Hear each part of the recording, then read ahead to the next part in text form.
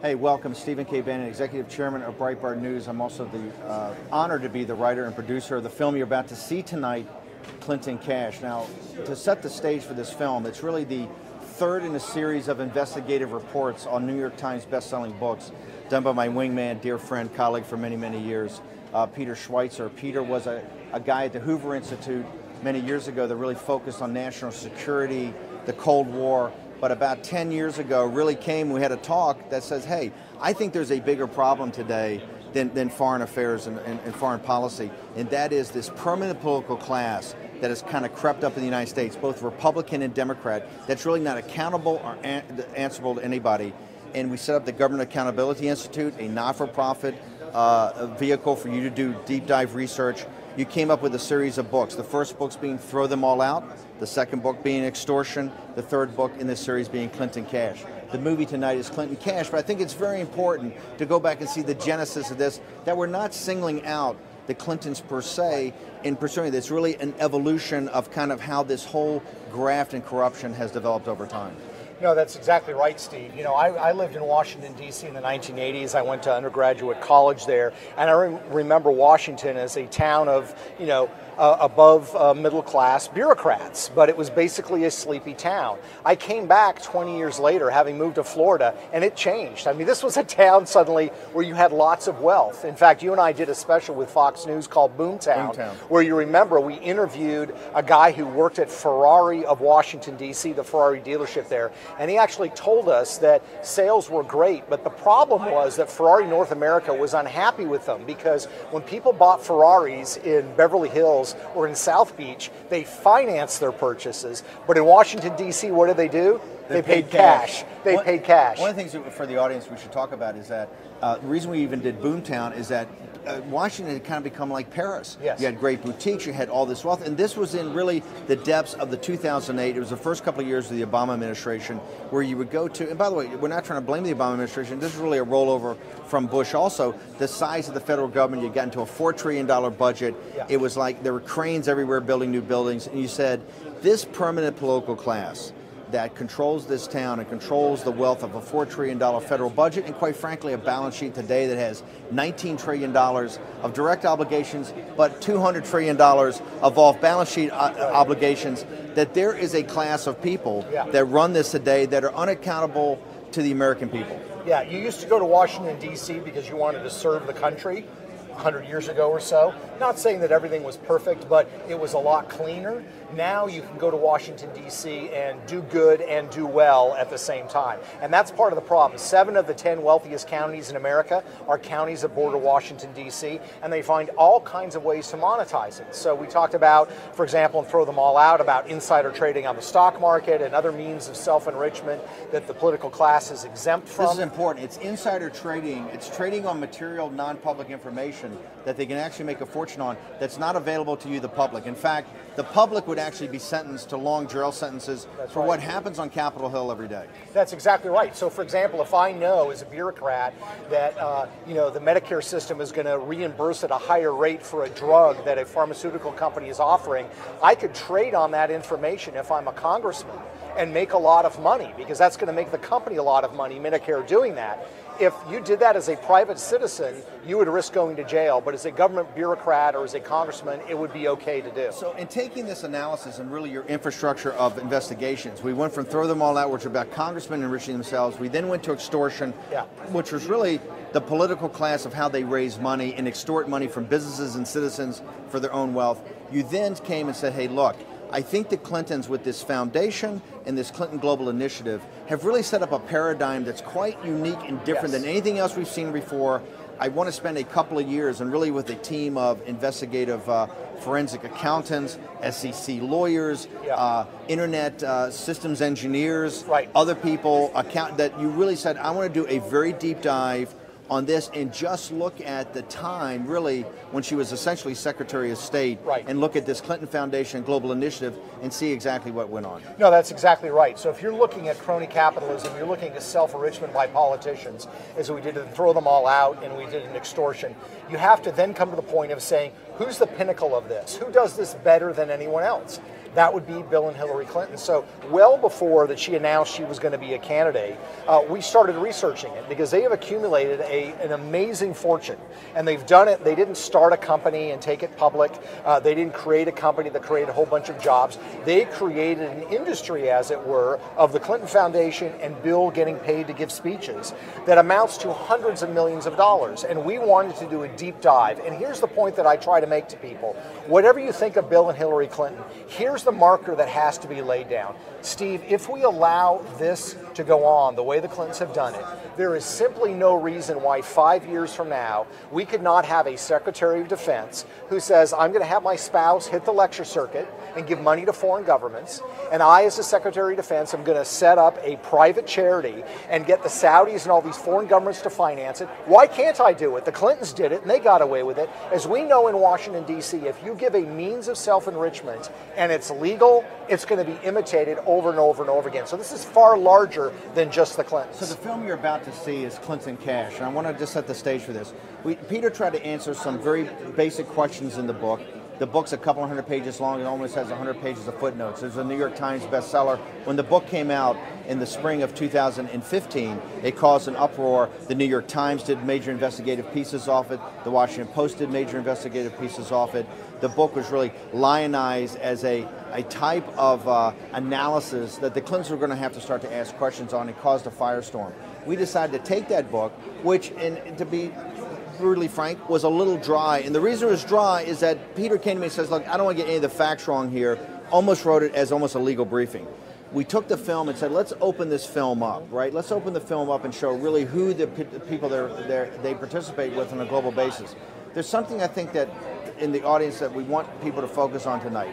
There's just two basic questions. Number one, as the Clintons say at the very beginning of the film, when they left the White House in the year 2000, they were not just had no money, not just dead broke, they actually owed many millions of dollars given the legal bills that Bill and Hillary Clinton had because of Monica Lewinsky and other investigations during the presidency. So they had kind of a negative net worth. As the Associated Press reported, not Breitbart, but the Associated Press reported in the spring of 2016, the Clintons' wealth was over $200 million. As Peter said earlier, they never took a company public, they didn't sell big real estate assets, they didn't do a leverage buyout, they didn't have a big media deal. Where did that wealth come from?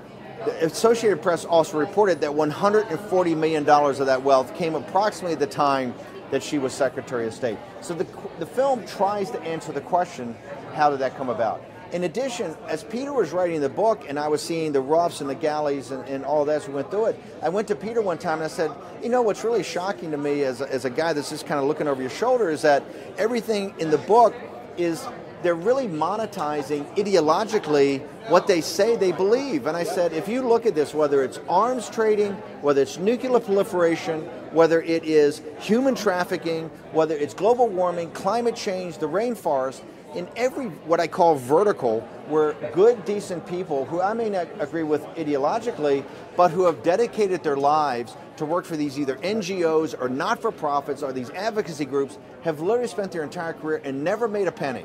In fact, they understand they really can't make a lot of money because they're not-for-profits. If you look at those verticals, the Clintons are actually in a transaction with another guy on the other side of the trade who is the worst guy in the world who wants to exploit that opportunity where the Clinton. That is what I said. This is shocking. And as Time Magazine said when they wrote a review of it before he took it to the Cannes film market, that villains in this are like a James Bond movie. Right. Yeah, no, that's exactly right. I mean, that's one of the surprising things I think people don't realize is when they think of foreign partners with the Clintons who give to the Clinton Foundation or participate in the Clinton Global Initiative, they think it's an insurance company in London or a German media company. It's not. I mean, these are mining companies. These are forestry companies that oftentimes operate in the worst parts of the world.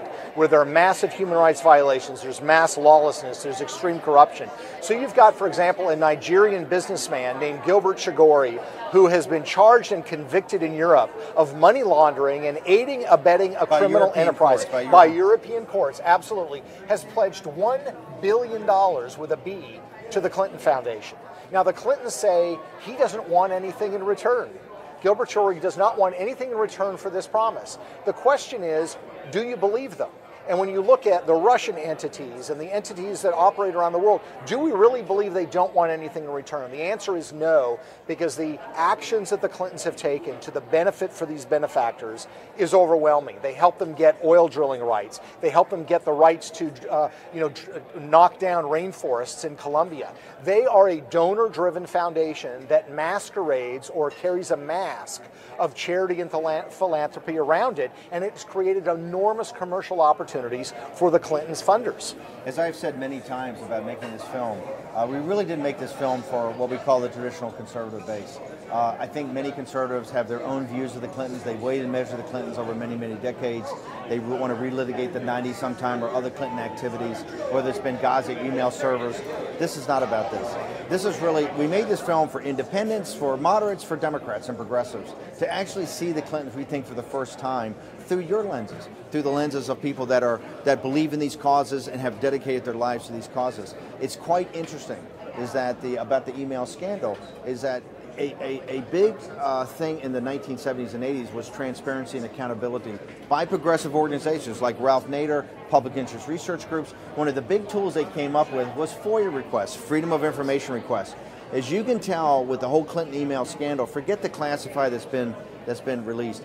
There's no real release of any of the 30,000 that really deal with the Clinton cash or deals with all of her travel overseas, everything she had to do with these people overseas as she meet them. And people should keep in mind that these are not what we call clubbable individuals. I mean, these are not CEOs of Fortune 500 companies. These are some of the worst bandits and criminals and warlords in the country that you're about to see in the film. Yeah, no, that's exactly right. And you know, Time Magazine's mentioning this is like a Bond film. It really kind of is. You don't necessarily have the little fuzzy cat that they're petting, but you have people that are doing business deals with warlords in Africa.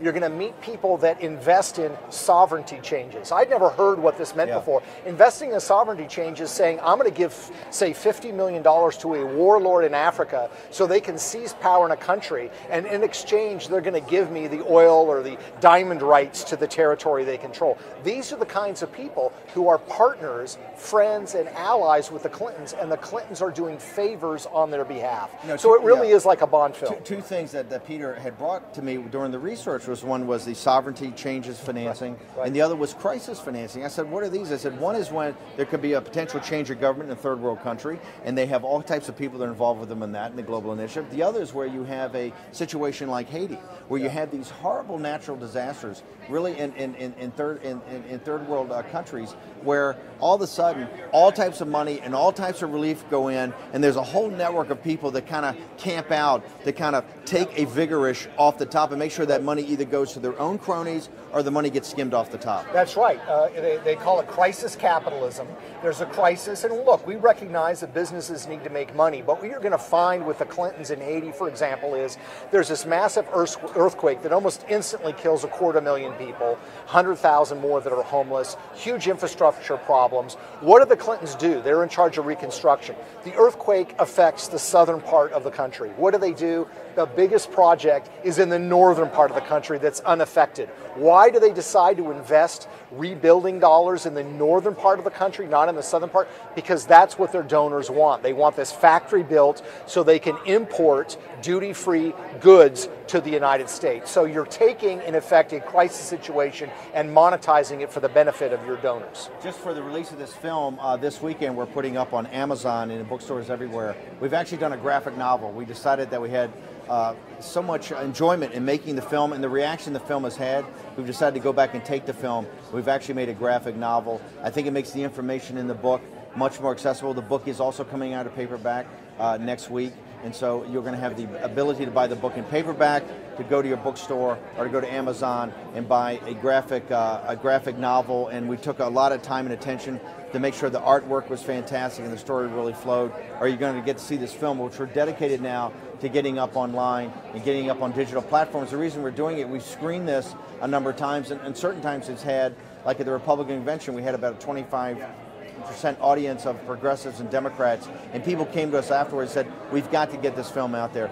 People have to see this information. So what I want to do without further ado, we're going to come back briefly after the film for a quick wrap up, but without further ado, I guess featuring Gilbert Siguri, Frank Giustra, many characters you're about to meet for the first time, and believe me, I think some of them will be in your dreams or nightmares tonight. Also featuring Bill and Hillary Clinton and Peter Schweizer. Clinton Cash, next. The world is too small, our wisdom too limited, our time here too short to waste any more of it in winning fleeting victories at other people's expense. The Clinton Global Initiative, which brings philanthropists and CEOs together with nonprofits to make concrete commitments aimed at some of the world's toughest problems. Almost 10 years in, they have leveraged billions of dollars in assistance in more than 180 countries. CGI was designed to tackle big global challenges in bite-sized pieces, with the conviction that regardless of size or scope, our problems will yield to concerted action and innovative partnerships of individuals, NGOs, businesses, and governments. We have to now find a way to triumph together.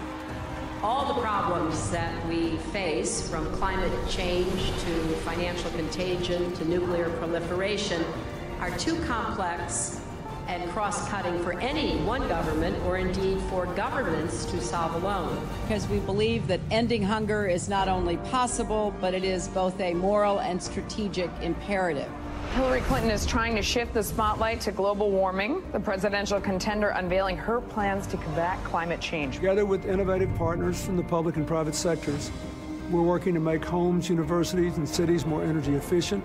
We share a common future, and we are here to find common ground. Women must be empowered.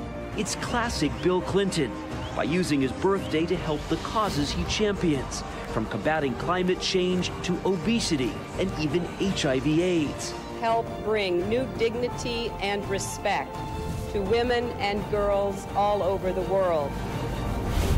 And in so doing, bring new strength and stability to families as well. We are trying to do something no one has ever done before. A new report today claims that the Clinton Foundation gives about 10% of its money that it raises to actual charities and the services that they offer. It has been reported you've made $5 million making speeches. The president's made more than $100 million. Well, if you have no reason to remember, but we came out of the White House not only dead broke, but in debt. 6 years ago, Hillary Clinton was about to become Secretary of State. Barack Obama had nominated her. Everyone knew she was going to be confirmed by the Senate, going to be confirmed easily. But there was a thought, there was a question, there was a doubt out there about a potential conflict of interest. The Clinton Foundation dropping its self-imposed ban on collecting funds from foreign governments and entities. And now the Washington Post reports total contributions to that foundation amount to $2 billion. There's a lot of money sloshing around. Everything is blurred, and it's not good. The questions scream out at me.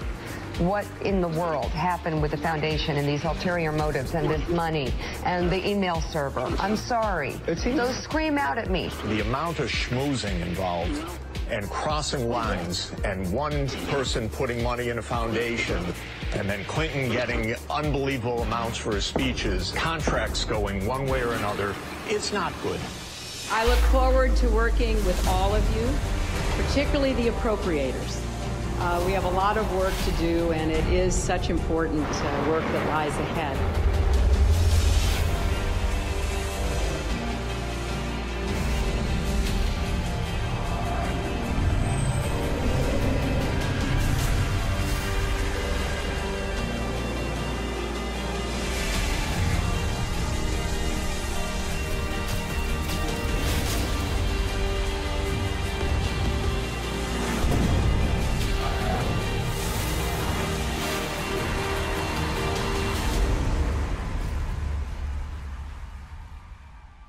We did this with a very simple strategy.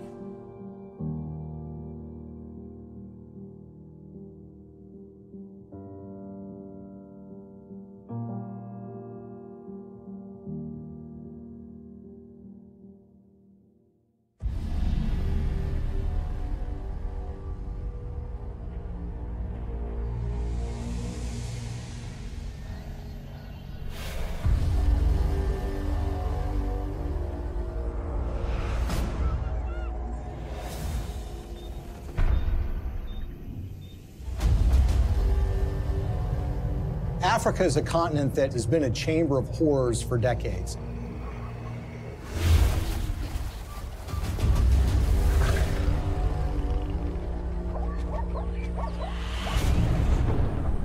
It's really not the fault of the African people. It's largely a result of the kind of system that's been perpetuated there.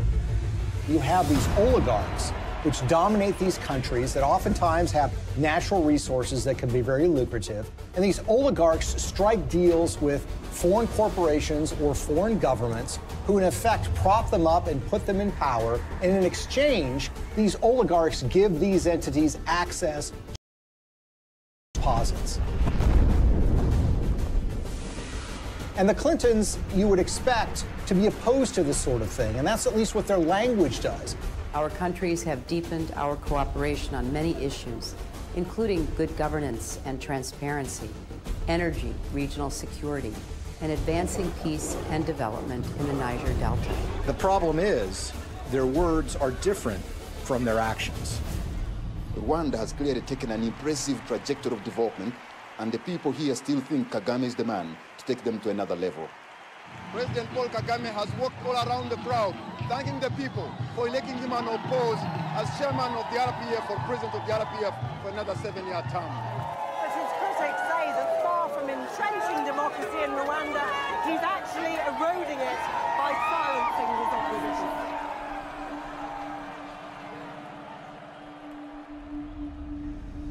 Paul Kagame has been praised by Bill Clinton and the Clinton Foundation. But the fact of the matter is Paul Kagame has a terrible human rights record.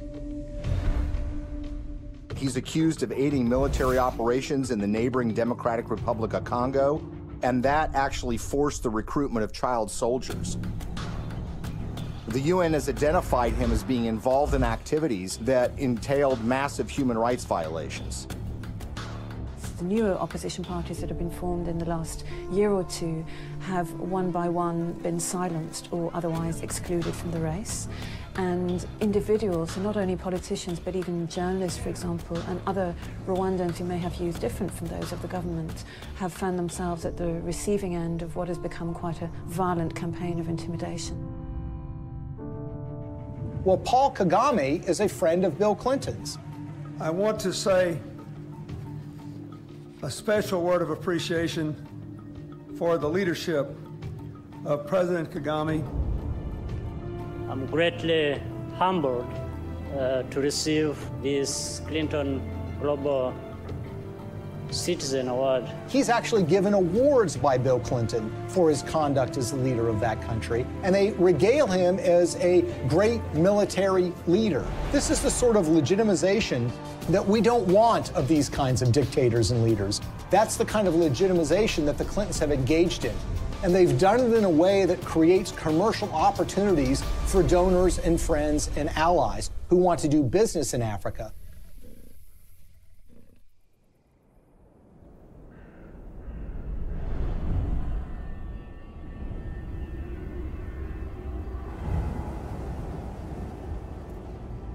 Business in Africa means you're dealing with dictators who are going to give you access to, say, mineral rights or oil drilling rights, but you're going to have to pay them off. The Clintons partner with foreign entities who want access to Africa, and specifically mining companies or energy companies who need to get concessions for access to oil or natural gas or the rights to mine for gold. Those two make a powerful alliance because these companies will give money to the Clintons, either in the form of speaking fees or in the form of donations to the Clinton Foundation. And the Clintons will then, in effect, do their bidding before the halls of power and corridors of power in Africa. And they will go to foreign governments and encourage them to do business with individuals who are putting money in their pocket. And this leads to some amazing fits of behavior that, in a way, are just reminiscent of 19th century colonialism. A perfect example of this is Ambassador Joe Wilson. Joe Wilson is a longtime friend of the Clintons. In fact, he endorsed Hillary Clinton in the 2008 presidential election. And it was also thought that he might become a senior official in Hillary Clinton's State Department. But the fact of the matter is Joe Wilson was up to something far more nefarious during Hillary Clinton's tenure as Secretary of State. In 2009, shortly after she became Secretary of State, when Wilson was the vice chairman of a company called Jarch Capital, they took out a 50-year lease on 400,000 hectares in South Sudan. South Sudan was in the middle of a civil war, and this lease was actually signed with warlords who were involved in the Civil War. These individuals who were engaged in massive human rights violations, including the massacre of opponent tribes. And basically what Joe Wilson was engaged in was something called investing in sovereignty changes. They were basically cutting deals, lucrative deals, worth potentially hundreds of millions of dollars with these warlords. And the expectation was simple. These warlords would take power, then they would give them access to these lands where they could make huge amounts of money exploring for natural gas, exploring for oil, and for mineral rights. Ambassador Joe Wilson isn't the only Clinton friend and foundation donor who was working in war-torn countries. Swedish mining investor Lucas Lundin has pledged $100 million to the Clinton Foundation. He did that in 2007. And his most lucrative mining operations are in the war-torn country of the Democratic Republic of Congo. This is a country that perhaps has the most horrific human rights situation on the face of the earth. By the time Lucas Lundin made his $100 million pledge to the Clinton Foundation, his Congo operation was making, quote, staggering profits, end quote, according to his own financial statements. His overall capitalization was $20 billion. But for those profits to remain staggering, U.S. policy under Hillary Clinton had to remain unchanged. That's a problem. Hillary Clinton, as a senator back in 2006, supported something called the Congo Relief, Security, and Democracy Promotion Act. As the law's name implied, the goal was to bring reform to Congo. That's not something that Lucas Lundin would want. So in 2009, when Hillary became Secretary of State, she reversed course 180 degrees and went from supporting reform in Congo to supporting the status quo, which is exactly what Lucas Lundin would want, who of course had committed $100 million to the Clinton Foundation. But Congo isn't the only scandal-plagued country where Clinton benefactors have made millions. Africa's most populous nation, Nigeria, is full of promise, but fulfilling that promise is sometimes a struggle. Plagued by corruption and mismanagement, the resource-rich country has a poverty rate of over 50%. Look at a country like Nigeria, which is really a cesspool of corruption. In fact, people will say it is perhaps the most corrupt country in the world. It's rich in natural resources, it produces a lot of oil, but that money never trickles down to the people. It goes to the oligarchs who run the country, who oftentimes take that money and put it in Swiss bank accounts in a way that, of course, the people of Nigeria can never benefit from. And you see, there's a federal law in the United States which says if foreign governments that receive U.S. assistance aren't transparent in how they spend that money, that they will not be able to get U.S. foreign assistance anymore. It's about transparency. But there's a way around that law. You can get a waiver from that law. How? By getting the U.S. Secretary of State to grant you a waiver. We intend to remain very supportive on your reform efforts. Thank you for mentioning the work we did together on the elections. We're also very supportive of the anti-corruption reform efforts, more transparency, and the work that you and your team is also championing, because we really believe that the future for Nigeria is limitless. So in the case of Nigeria, they receive hundreds of millions of dollars in U.S. foreign assistance. They've not made progress in being more transparent. And of course, they've gotten exemptions from Hillary Clinton while she was Secretary of State. What's so curious about this is what was happening commercially to the Clintons while this was going on. Bill Clinton, for the first time ever, gets paid highly lucrative speeches in Nigeria, which had never happened before. In fact, he gets paid to do 2 speeches for $700,000 apiece by a businessman in Nigeria who just happens to be close with the president of that country. Keep in mind, by the way, that his normal speaking fee is less than $200,000 a speech. So this was an enormous payday for Bill Clinton. Okay, now we'll begin the panel.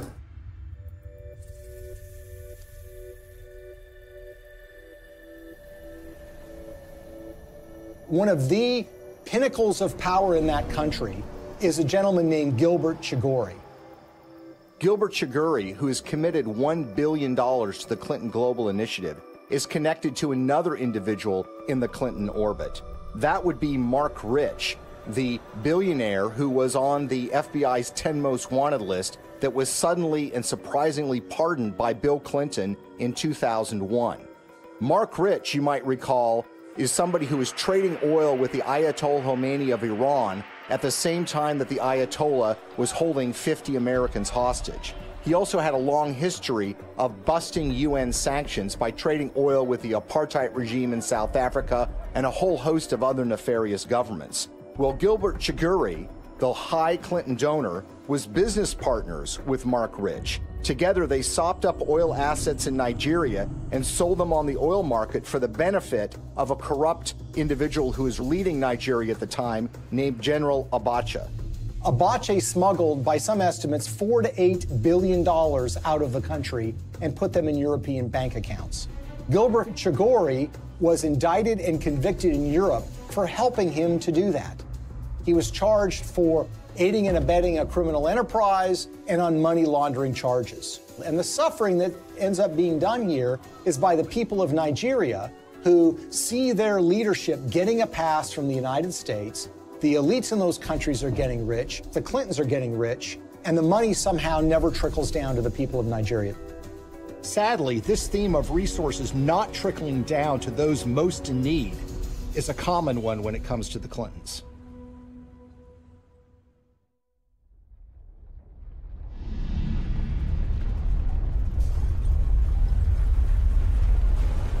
As we told you at the start of tonight's program, a major magnitude earthquake has hit the island of Haiti in the Caribbean. The quake measured around 7 points on the Richter scale, and its epicenter fell just 10 miles from the capital, Port-au-Prince. Haiti's ambassador to the U.S. has described the event as a catastrophe of major proportions. So far, we have no information regarding the casualties. The war is coming to an end! It was a big earthquake. It lasted like 15 seconds, I think. Probably the most devastating humanitarian crisis that Hillary Clinton faced during her tenure at the State Department was the tragic earthquake in Haiti. It happened in January of 2010, and literally in a matter of seconds, 250,000 people were estimated to have died, and a large portion of the Haitian infrastructure and economy was just decimated. It was a crisis on a massive scale.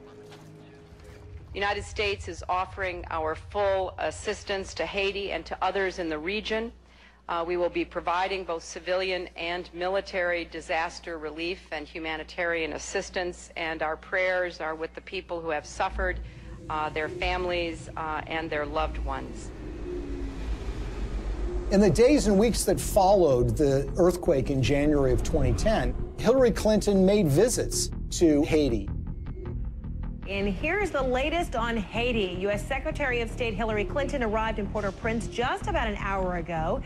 She is the highest-ranking U.S. official in Haiti right now since Tuesday's earthquake. She's meeting with Haitian leaders and international officials to discuss the rescue and relief efforts. In fact, on her first visit, which occurred days after the earthquake, they literally had to stop traffic going in to the airport at Port-au-Prince. There, of course, were relief supplies that were being flown in, but that traffic was stopped so the Secretary of State could come and assess the damage. There is a perception, and there have been complaints or reports of bottlenecks that there's a lot of aid coming in, but it's very hard to get it out to the people who need it. That's just not true. The aid is coming in, we're getting it out, there's just not enough of it yet. She flew in with her political aides on a large federal airplane. She landed at the airport. She made a large press conference, made statements about her commitment to rebuilding this country, and then she was soon whisked away, headed back to Washington, D.C. Theirs is a city in ruins, a country which can do little but wait for help to arrive. The international community responded in the way that you would expect it to. That is, large amounts of money were committed, up to $13 billion from international relief organizations. And of course, you had the official role of the State Department, which would be point on U.S. taxpayer dollars going to Haiti for the purposes of relief. I want to assure the people of Haiti that the United States is a friend, a partner, and a supporter. Hillary Clinton's State Department would oversee the reconstruction effort, with Chief of Staff Cheryl Mills responsible for the allocation of U.S. tax dollars through USAID. And Bill Clinton, already appointed Special Envoy to Haiti for the United Nations, was named co-chair of the Interim Haiti Recovery Commission, along with a former Haitian Prime Minister. I hope it will be rebuilt in a much stronger and more sustainable way, and I think the Haitians want that. So this was clearly a Clinton operation from the beginning. Now, the Haitians had their own ideas about how best to rebuild their country. They wanted new roads. They wanted buildings rebuilt. And that's what you would expect. This is how you recover from an earthquake. The problem is that the Clintons had their own agenda, the interests of major donors who had a vested interest in spending that money in Haiti in ways that would benefit them. And so you immediately had this clash between the Haitians and the Clintons. And Haitians complained almost immediately that they were shut out of the decision-making process, that it was really Bill Clinton and a few of his friends that were calling the shots in the IHRC. And they made some monumentally bad decisions that not only didn't benefit the Haitian people, but ended up putting money in the pockets of major Clinton donors who had economic stakes in Haiti. We have been united behind a single goal: making investments in this country's people and your infrastructure. So it's a classic example of what some people call disaster capitalism. Disaster capitalism in that a natural disaster creates opportunities for rebuilding to take place, but also for self-enrichment to take place. And if you look at the Clintons and the promises that were made and the results that actually followed, it is a tragic story of crony capitalism gone awry.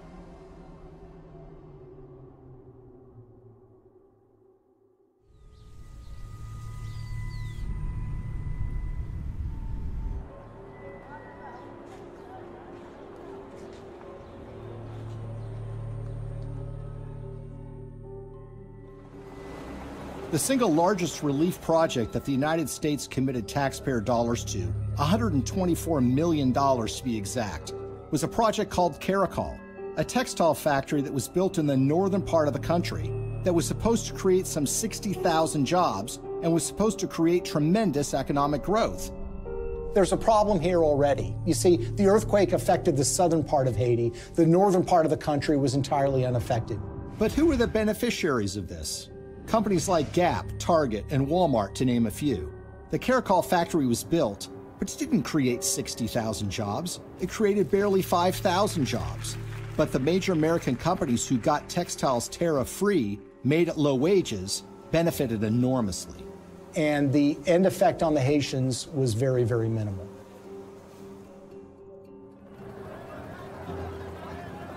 If you look at some of the infrastructure projects that were undertaken, the Clintons had very grand plans to build large tracts of homes, and there were contractors that were selected for those projects. Sometimes the contractors had experience, sometimes they did not. There's one company in Florida that spent $1 million getting equipment into Haiti. They had experience in disaster relief, but according to the owners of that company, they only made a small donation to the Clinton Foundation. And guess what? They didn't get any relief contracts. On the other hand, the contractors who did win the awards were given the opportunity to build homes and in some instances were supposed to build tens of thousands of homes for Haitians. They ended up building a fraction of that. For instance, the New Settlements program was supposed to build 15,000 homes for $53 million. Instead, it built 2,600 homes, less than a quarter of the original estimate, for $90 million, or $47 million over budget. And they got away with it. So you had contracts going to these relief organizations that were also involved with the Clinton Global Initiative. And you had this one organization, Dahlberg, that was supposed to do an assessment for relocating people that suffered from the earthquake. They determined that people should be moved to a site that happened to be on a cliff that was highly unstable. USAID's Inspector General reviewed Dahlberg's recommendations and found them basically unusable. One member of the USAID shelter team was quoted by Rolling Stone magazine as saying that the recommendations were so bad, it looked like the team never even got out of their SUVs. Another person said that only one of the people that was sent to Haiti by Dahlberg actually spoke French. Telecom mogul Dennis O'Brien is one of the world's richest people, and he's finding opportunities in the poorest country in the Western Hemisphere. The Irish billionaire is the largest private investor in Haiti through his company Digicel, and he's now leading the Clinton Global Initiative efforts down in Haiti. Probably no one came out better in the Haitian reconstruction effort than an Irish billionaire named Dennis O'Brien. He is a Clinton Foundation donor, giving them between $5 and $10 million. He helped arrange speeches for Bill Clinton, too. The interest of the Obama administration, particularly the former Secretary of State Hillary Clinton, you know, all the different things that have happened to help Haiti get up off the floor have been led by the U.S. And he was the owner of something called Digicel, which is a cell phone company at the time of the earthquake. As part of that relief effort, the State Department run by Hillary Clinton wanted to fund a mobile money transfer service that would allow Haitian citizens to transfer and receive money on their phones. Well, Digicel applied to be the recipient of that grant money. 4 weeks after their application, Digicel actually sponsored a speech for Bill Clinton in Jamaica, and they paid him $225,000. And as it turns out, within 4 months of that speech, Digicel would receive the first installment of that grant money. The earthquake actually has been great for Digicel and Dennis O'Brien.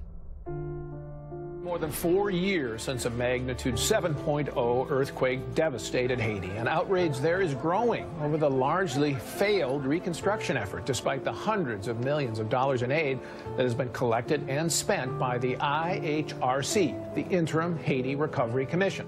So whether you're talking about housing or cell phones, you see that the people that are closest to the Clintons have made out very well from the Haitian earthquake. The rest of the country, the ordinary people of Haiti, not so much.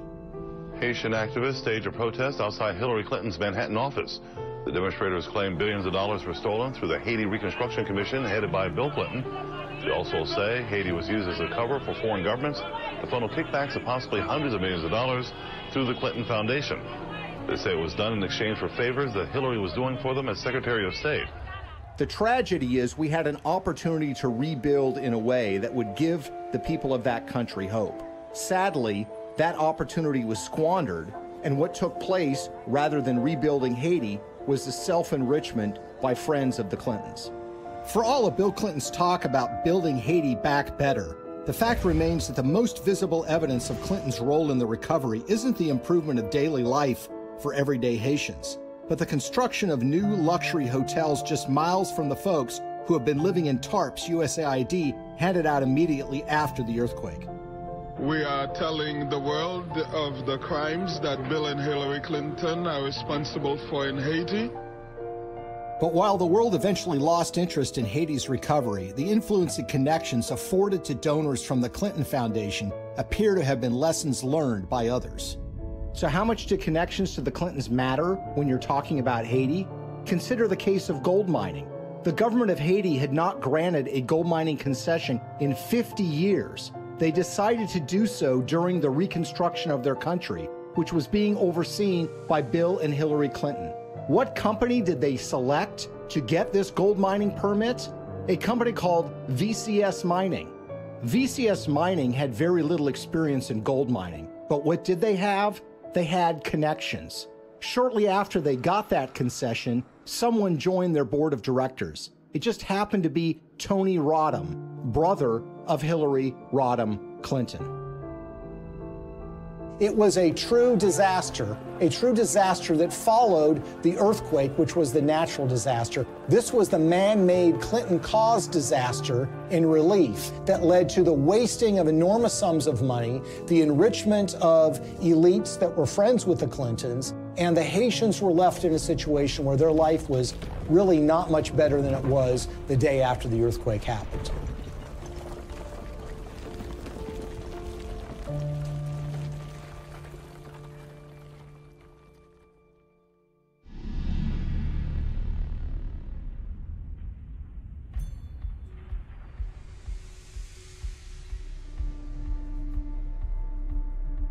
An ambitious pipeline is firing off a war of opinions. Environmental activists marched in Washington today to protest plans for the Keystone XL oil pipeline. A $7 billion project to transport 800,000 barrels of tar sands oil a day from Canada down to the Gulf Coast. In Washington, a showdown on the Senate floor today over the Keystone XL pipeline. The vote to approve the controversial project has big political implications. The pipeline would create 20,000 jobs, but opponents say the environmental risk is too great. One of the touchstones of the climate change debate has been the Keystone XL pipeline. It's designed to carry oil from Canada through the United States to refineries in Louisiana and in Texas. The environmental movement has wholeheartedly rejected this deal from the beginning because they believe that it's going to further contribute to the problems of climate change. Pipeline. 1. We are the people. 2. You can't ignore us. 3. Now, you would think that the Clintons would be opposed to the Keystone XL pipeline deal because of those concerns. And perhaps they might be, except for one or two problems, or should I say 1 or 2 million problems. You see, when Hillary Clinton became Secretary of State in late 2008, there was already an issue related to the Keystone XL pipeline sitting on her desk. She was going to have to sign an environmental and economic impact statement and decide whether the Keystone XL pipeline should go forward.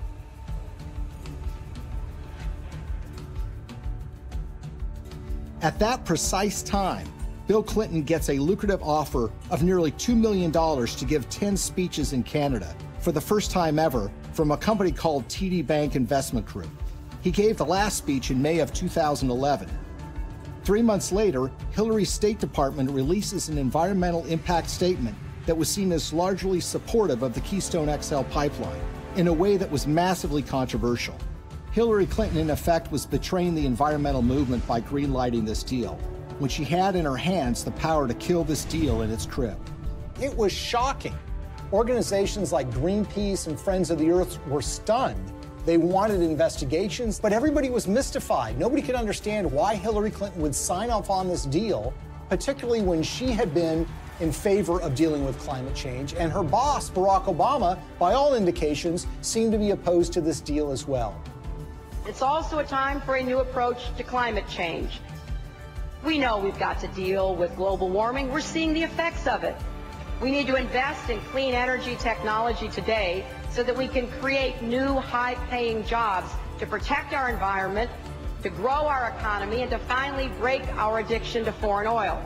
How did we go from the Clintons being in favor of fighting climate change and dealing with fossil fuel dependence to Hillary Clinton signing off on the Keystone XL pipeline? The evidence that we found was that it was about the money. This was not a philosophical change. This was not a new way of thinking about global warming. This was a way of taking $2 million in cash to essentially buy a decision by the Secretary of State. Why is the TD Bank Investment Group so interesting?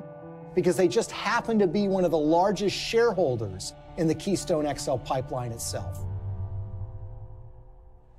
When we looked at Bill Clinton's pattern of giving speeches, we looked at who was paying him, when they were paying him, and if they have ever paid for a speech before. What's so stunning is that TD Bank had never sponsored a speech by Bill Clinton before. And then suddenly, in late 2008, when Hillary Clinton has been announced to be the Secretary of State, and when sitting on her desk is the matter of the Keystone XL pipeline, they suddenly decide to sponsor these speeches. And when people realized that the Clintons had pocketed about $2 million at the precise time Hillary Clinton was making this decision, it all now suddenly made sense. Because as we've seen repeated over and over and over again, when it comes to the Clintons, you have to follow the money. And in the case of the Keystone XL pipeline, they seem to have abandoned their principles, their commitment, as it was, to combating global warming and dealing with our dependence on fossil fuels.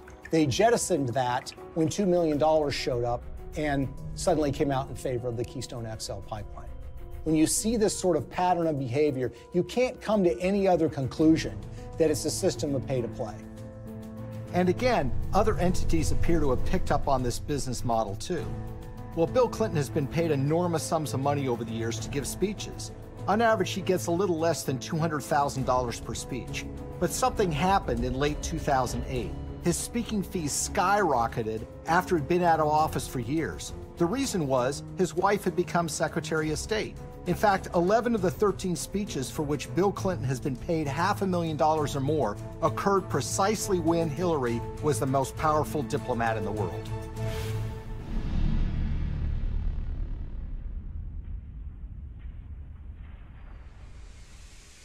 You will never contribute to an organization that will give you a higher probability of having your good intentions turn into real positive changes in other people's lives. That will give you a better chance than what you've done here tonight. His single biggest speech payday came from the Swedish telecom company Ericsson. And it's a very, very unusual and troubling story. Now, Ericsson is a Swedish telecom company that in 2009 and 2010 was in trouble with Hillary Clinton's State Department because Ericsson was selling a lot of telecom equipment to Iran, to Belarus, and to other oppressive governments, about which the State Department was concerned. Ericsson risked being put on a list by the federal government in the United States for trading with an enemy state. There was actually an effort being put forward in Washington to broaden Iranian sanctions to include the very technologies that Ericsson was selling to the Iranian government. So it's against this background that Ericsson decided now might be a good time to hire Bill Clinton to give a speech. They had never paid for a speech by him before, and they decided to go in big, $750,000 for a single speech. 7 days after he gave that speech, Hillary's State Department came out with a statement which said, "We are not going to broaden sanctions on Iran to include technologies like telecom. We're going to rely and expect companies like Ericsson to police themselves." It was a massive win for Ericsson. Ericsson was able to avoid having to deal with a regulatory battle in Washington, giving up contracts that were highly lucrative in these countries, and being put on a list that would create an enormous diplomatic problem for them, all because essentially they paid Bill Clinton to give a speech for $750,000. Will you continue to give speeches? Oh, yeah. I got to pay our bills.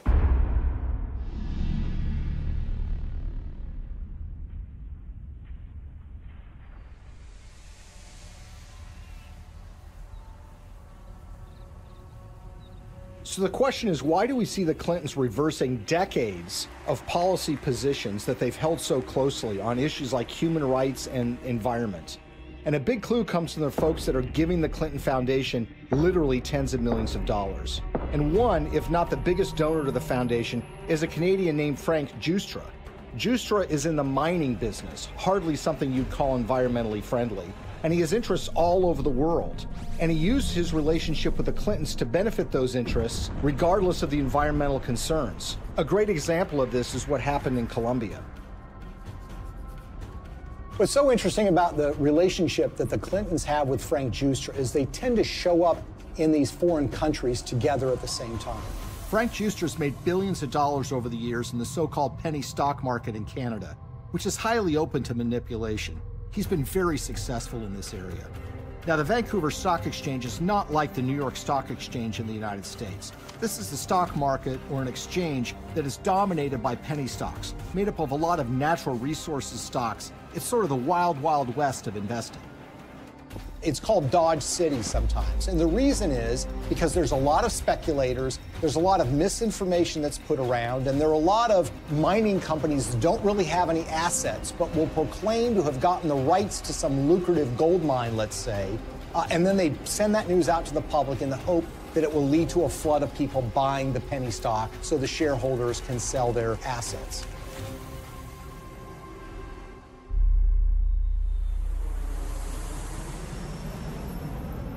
So in June of 2010, Bill Clinton and Frank Giustra fly to Bogota, Colombia. And who arrives there at roughly the same time? Secretary of State Hillary Clinton. The big thing from the news conference was where Bill and Hillary were dining the other night in Bogota. I had a chance to talk to about her dinner experience in the Zona Rosa, and here's what she had to say. Dinner was good? It was excellent in every way. So it was like eating in the States, but eating in Bogota. Well, it was a real treat to be in Bogota and to be with people who love this city so much, including my husband. Now, in her memoirs, Hillary Clinton says that this is just a happy coincidence. But when you see what follows, you realize that this is no coincidence. The following morning, Bill Clinton has a breakfast meeting with the outgoing president of Colombia, President Uribe. Then, like a tag team, Secretary of State Hillary Clinton has a noon lunch meeting with him, and she grants him several favors, including technical agreements that the Colombian government wants. In the days that follow, something dramatic happens. Frank Giustra has 3 companies that get major concessions from the Colombian government: Pacific Rubiales, Petroamerica, and Prima Colombia Properties. One of those, Prima Colombia Properties, gets a concession to cut timber in a rainforest in Colombia along the Pacific coast. And that timber is not intended to export to the United States, but is intended for export to China. There's an outrage and upset environmentalists who realize what's going on, and eventually that permit is yanked by a future president of Colombia, but not before Frank Giustra's company is able to profit from cutting down these rainforests, which again is a behavior that runs so contrary to what the Clintons profess to be in favor of. We all know that in order to build low-carbon economies of the future, we need sustainable forests. I also know the future of our planet depends on healthy, standing forests. They have talked about the problems of deforestation. They've talked about the problems of the need for successful growing forests to mitigate carbon dioxide in the air. And yet, when this commercial opportunity was presented to a major donor of theirs, they seemed to be very much supportive of that and, in fact, helped to get him those concessions. He deserves the credit for this. This was his idea, not mine, and he raised the money. And it's an astonishing achievement. My job is to make sure that it's not in vain, that he gets the return on his investment and his compassion and his commitment. The Clintons appear to have changed their stance on issues even more significant than the environment, in ways that benefit those who have put money in their pockets.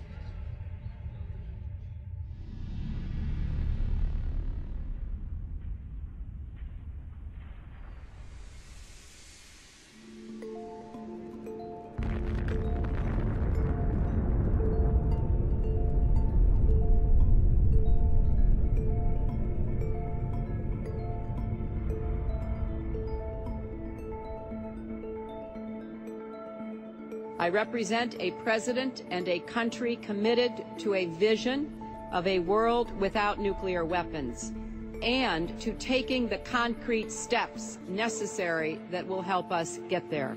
The Indian nuclear deal, I think, is so troubling because this is a core national security issue.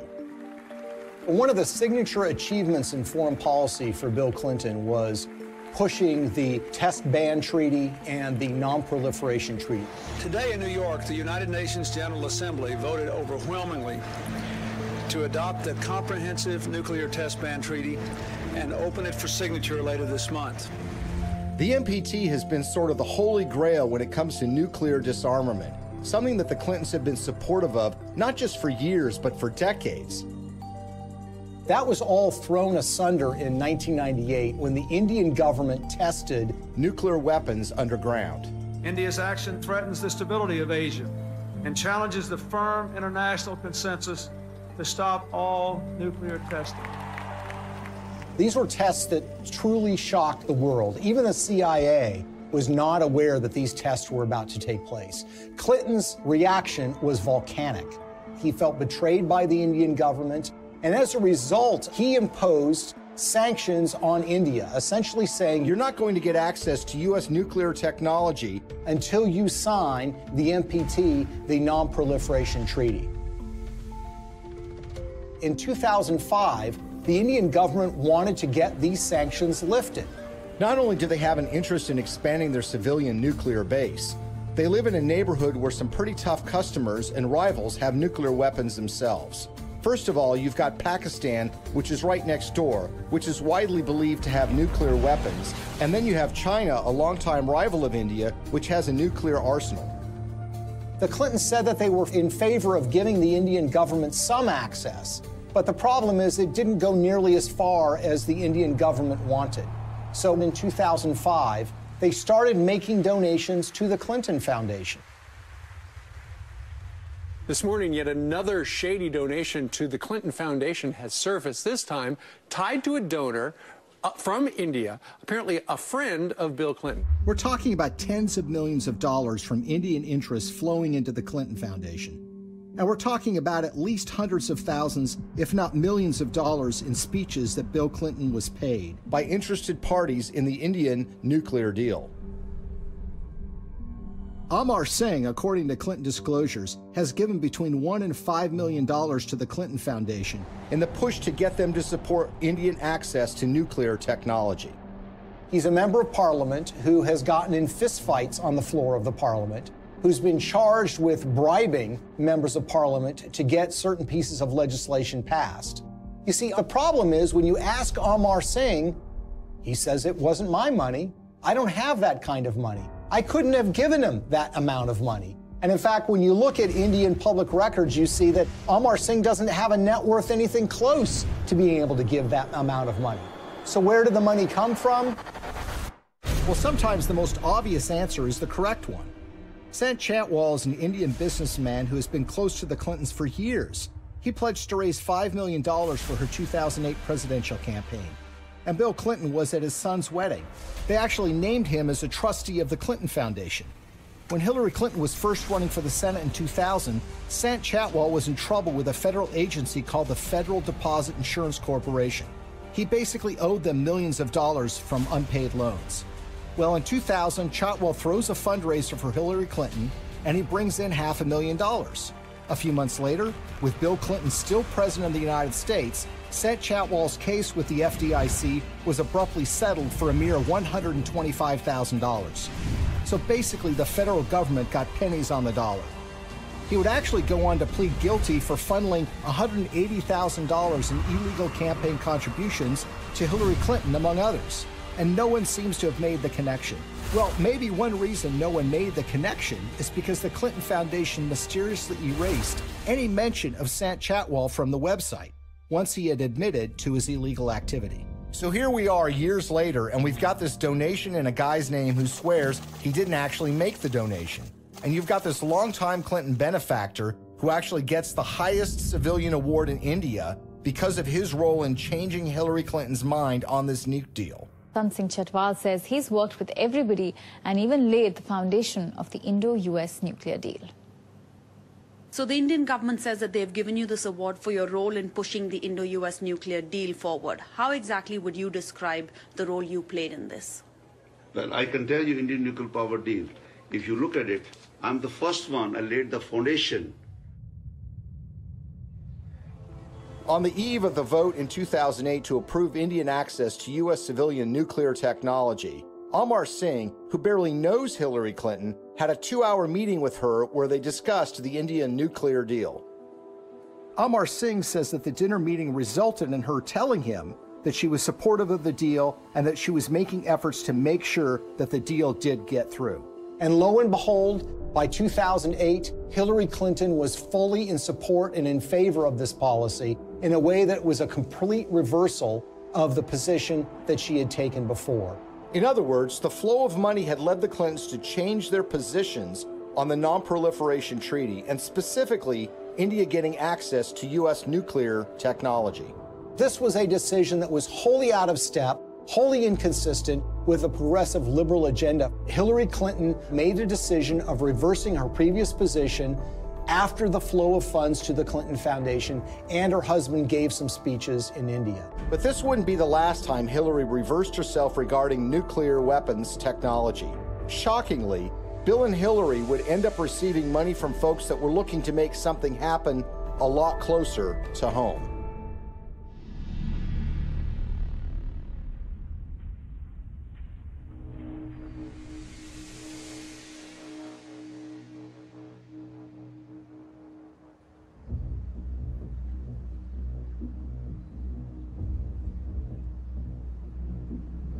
I think the Russian uranium story is perhaps the most shocking and most blatant example of how the Clintons operate. This is a story about the Russian State Nuclear Agency, American Uranium, $145 million in cash, and the Clintons. At the end of the day, this is a story about buying influence and selling influence. The Clintons are the sellers of influence, the Canadian investors and the Russians are the buyers. Bill Clinton had gone to the Central Asian country of Kazakhstan in 2005 with Frank Giustra. Kazakhstan is a country that's been run since the collapse of the Soviet Union by a dictator named Nazarbayev, who shuts down political opposition and tortures political opponents. The ostensible purpose of the visit to Kazakhstan by Bill Clinton was to talk with Nazarbayev about AIDS, HIV. The problem is Kazakhstan really does not have an AIDS, HIV problem. So that explanation really doesn't make sense. What makes far more sense is that Frank Giustra wanted access to very lucrative Kazakh uranium mines. Kazakhstan is one of the largest producers of uranium in the world. Bill Clinton arrives there with Frank Giustra, and they have a series of meetings with Kazakh officials. There's a press conference where Bill Clinton stands with the dictator of Kazakhstan and he praises the human rights record. He praises that elections are being held in the country, and he even says that Kazakhstan should head up something called the OSCE, which is the Organization for Security and Cooperation in Europe. Think about that for a second. Bill Clinton is saying that a known human rights violator who's been condemned by human rights organizations around the world should head up a human rights organization. They go from a press conference to a dinner where Frank Giustra, Nazarbayev, the dictator of Kazakhstan, and Bill Clinton meet and talk. Well, 2 days after that meeting, Frank Giustra finally gets his uranium concessions worth hundreds of millions of dollars. A couple of weeks after that, Bill Clinton gets his $30 million from Frank Giustra, the first payment in what will become more than $100 million in pledges and commitments and donations made by Frank Giustra. So it's really, in a way, a simple story in that they all are walking away from the table with something that they want. Nazarbayev is getting the legitimacy of an ex-president, saying what a nice and kind leader he is. Frank Giustra gets his uranium concession, and Bill Clinton and his foundation get cold, hard cash. Now let's move to chapter 2 of this story, which is even more sinister. You see, the international uranium market is very competitive. The Kremlin sees dominance and control of the uranium market as a source of national power. Frank Giustra takes that uranium concession he got in Kazakhstan and puts it into a company in a so-called reverse merger, which was one way for a private company to go public to form something called Uranium One. It's a company traded on the stock market in Canada, and they start acquiring uranium concessions in places like Wyoming, Texas, New Mexico, and Utah. And by 2009, they have what is expected to be 50% of future uranium production in the United States. This gets the interest of Vladimir Putin and the Russian government. And in fact, there are State Department cables that were leaked through WikiLeaks, which show that Hillary was aware of the fact that the Russians took great care to try to dominate the international uranium market. Well, the Russians want to buy this asset, and they offer a 40% overprice on the share of the stock. And for this transaction to go through, it has to be approved by the U.S. federal government. Why? Because uranium is regarded as a critical industry in the United States. After all, this is used for our civilian nuclear reactors and goes into nuclear weapons. So it goes before the federal government, where it needs to be signed off by a series of federal agencies, including the Secretary of State, Hillary Clinton. As Hillary Clinton is contemplating this, shareholders in Uranium One, including Frank Giustra, have sent more than $145 million to the Clinton Foundation. The chairman of that company at the precise time is a guy named Ian Telfer, who is also making donations to the Clinton Foundation, as is Frank Holmes, who is another major Uranium One shareholder. And Hillary Clinton, who has a record of opposing precisely these kinds of deals, comes out and says, you know what, I think this is a good deal. Let's let Vladimir Putin take control of what is now 20% of U.S. uranium production. Bill Clinton and Hillary Clinton are the only figures in American politics who are willing to do this deal and who could actually pull it off, because they had a reputation that runs so contrary to what they're doing. I mean, this is what the Clinton Foundation does, right? This is what they talk about politically, their support for human rights, their concerns about proliferation, their concerns about issues related to Russian aggression. There's no doubt that when Putin came back in and said he was going to be president, that did change the relationship. We have to stand up to his bullying. And what's so interesting when you consider this uranium deal are the actions of a small Canadian investment firm called Salida Capital. Salida Capital, in 2010, as this deal was going down, committed to give millions of dollars to the Clinton Foundation, and they also sponsored a speech by Bill Clinton in Canada. Salida Capital is also the name of a wholly owned subsidiary of Rosatom. Who is Rosatom? Well, this is the government agency in Russia that controls their nuclear arsenal, that built nuclear reactors in Iran, and engages in nuclear technology exchanges with rogue countries like North Korea. What this means, in essence, is that the Russian government, specifically Rosatom, was funneling money through a subsidiary directly to the Clinton Foundation. But the payday didn't end there. 4 months before Hillary Clinton's State Department would sign off on the Russian purchase of Uranium One, Bill Clinton got paid $500,000 to give a single speech in Moscow. He was being paid by a firm called Renaissance Capital, which has a long history of association with Russian intelligence services. What makes this speech stand out is not only the timing of when he's being paid, but the amount that he's being paid. You see, the last time Bill Clinton gave a speech in Russia was 5 years earlier. At that time, he was paid about 1/3 of what he was being paid this time. Why is Russian control of 20% of U.S. uranium so troubling? If you're in an era where nuclear weapons are a reality, where nuclear energy is an important component of energy production in the United States, and increasingly around the world, control of uranium is absolutely crucial. And unlike oil or natural gas can be found in so many places around the world, there are precious few places where you can find significant and large amounts of uranium that you can produce on a commercial scale. What we've essentially done is handed this precious resource to Vladimir Putin and the Russian government. They're not only engaged in aggression in places like Ukraine, but they've been very aggressive in fighting American interests around the globe. Russia's not an ally. Russia's not a friend. Vladimir Putin's Russia is a rival of the United States, and yet we've given them control over this precious resource. Uranium, the key mineral in nuclear generation, is a domestic resource. This is what's going to power America. I think a lot of people in Middle America would be surprised to know that the Russian government is doing business in places like Colorado or Wyoming or Utah. These are small mining towns. These are operations that have existed for a while, that have been under the control of American companies or for a while Canadian companies. But it's now Russian companies that control this, and those companies are controlled by the Russian government. Having read through the archives of the KGB, the files that they have been released, I can tell you that they look at the United States as weak and ineffectual. This is a thuggish government that is engaged in massive human rights violations. There are opponents of this regime that have been killed or have disappeared. There's been persecution of human rights organizations. There's been persecution of homosexuals. And it's shocking and stunning to me that there has not been more attention focused to this fact, that we have given this critical resource to somebody who is engaged in so much nefarious behavior.